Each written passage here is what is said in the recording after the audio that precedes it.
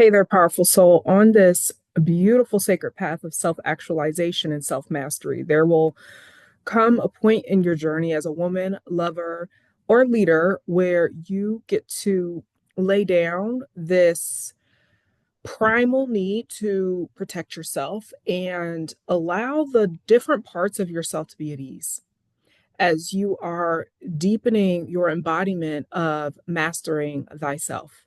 Now, when I'm talking about parts, I'm talking about the different parts that we have within ourselves. And you may have noticed there have been times as you have been describing an experience or describing an emotion or describing how you have felt in an experience. You may have noticed you said something such as, a part of me felt this way, a part of me experienced this, a part of me dot dot dot. And this philosophy of our parts and parts work has been such a revolutionary part in not only my own embodiment journey as a woman lover and leader, but also in bringing it inside of my self mastery work with those who I work with. And it's so powerful because we get to return back to our state of wholeness. I believe that we were born whole and we have these different experiences throughout our journeys as women lovers and leaders where we may forget that wholeness. We may forget the truth of who we are, and we simply get to return back to that wholeness. Now, when we're looking at these different parts of ourselves, we have these parts that were formed and developed through different ages, stages, and phases and experiences of our journey. And so you could have a 6-year-old part where they experienced some wounding, maybe childhood bullying, or maybe they experienced trauma from a family member, or maybe they experienced a not so great experience with a sibling. Whatever the experience was, if they were not allowed to be fully present with the hurt and the pain and the emotions of that experience, and that experience gets stored and trapped inside of our being, our cells, our tissues, our unconscious, our memory, our entire being. It just stores and traps and crystallizes these energies and these emotions inside of us. That 6-year-old doesn't forget. And so later down the line, you can have an experience with a colleague or a friend or your beloved or whomever, and you feel poked, you feel pushed, you feel prodded, you feel triggered, and this part shows up. The part that never got to be seen, the part that never got to be heard, the part that never got to be validated, the part that never received support, the part that never received validation, the part that never got to fully feel and experience the experience that they had. And this part can show up with the behavior or whatever was unexpressed or whatever it wished it had expressed, or it could show up in ways that are isolating. And oftentimes, this could be startling. Have you ever had an experience where you really weren't proud of the way that you reacted? You reacted, you didn't respond. You weren't fully in your power in your body. You weren't fully in your center and grounded and present. And you allowed something outside of yourself to take you out of your center. Somebody beeps their horn at you and then you cuss at them. Your beloved says something in a way that their tone rubs you the wrong way and you react. A client or a colleague, they do something and you're just really stern without any compassion, without any curiosity to understand. And you reflect in hindsight and notice, I am really not proud of the way that I handled myself, that I behaved. I'm really not proud of the way that I showed up in that interaction or that circumstance. Now, what some don't understand and realize about themselves is there was actually a part of themselves that showed up because that particular experience reminded this part of a past experience.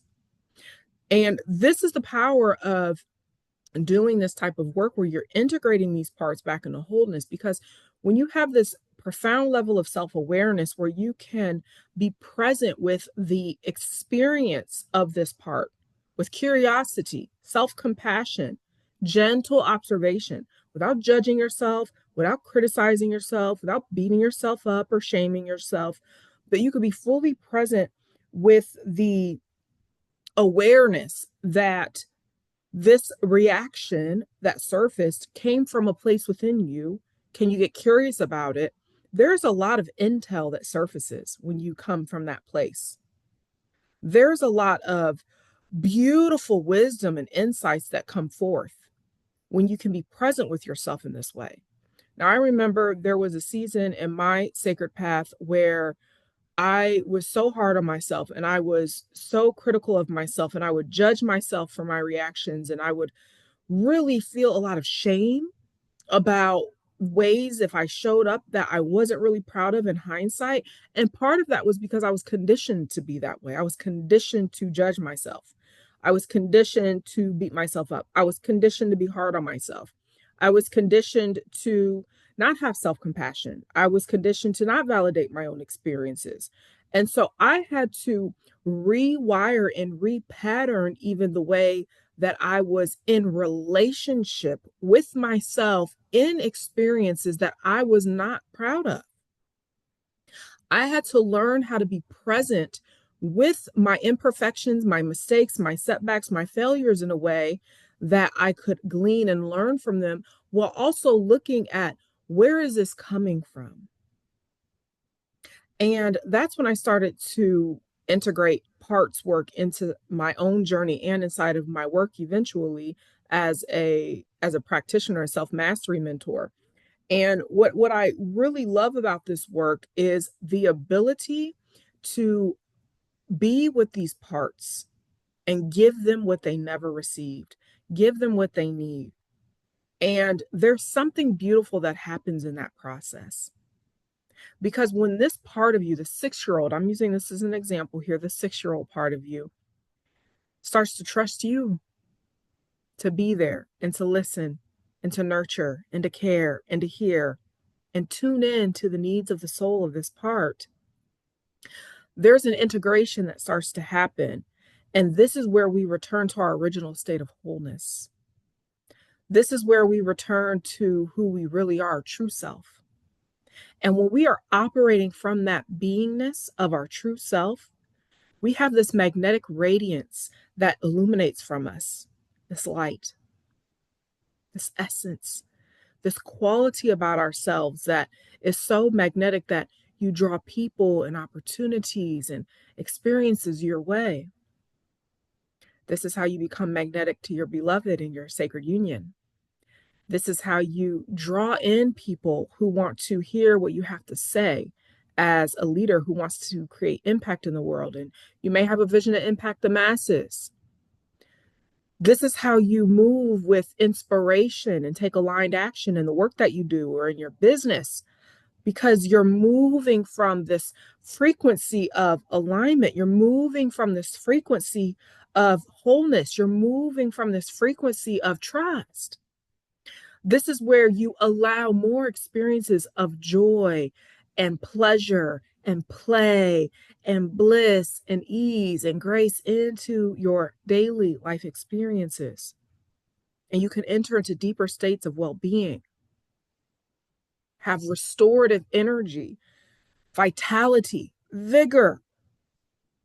What I found is oftentimes when we're not having these experiences of beautiful, meaningful relationships and intimacy with our beloveds, or creating life changing impact as leaders, or moving in divine inspiration through aligned action in the work that we do, or experiencing more pleasure and joy and bliss and ease and abundance and flow in our lives, because there's a part of us that may not feel safe to have those experiences.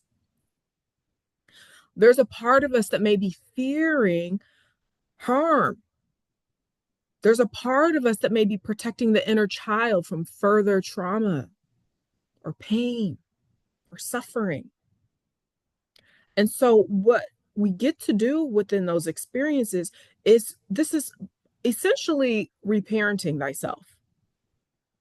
Giving this part of yourself what it did not receive, learning how to nurture yourself. Now, sometimes we have parts that are at further along ages and stages and phases of our journey.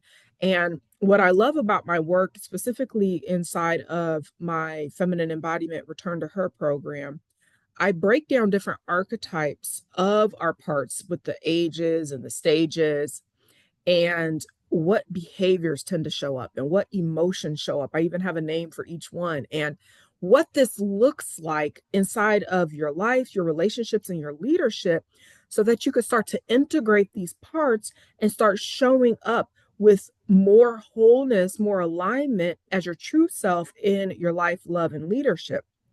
Because this is how you're going to create the intimacy and the impact and all of the beautiful desires you've been desiring to experience in your lifetime.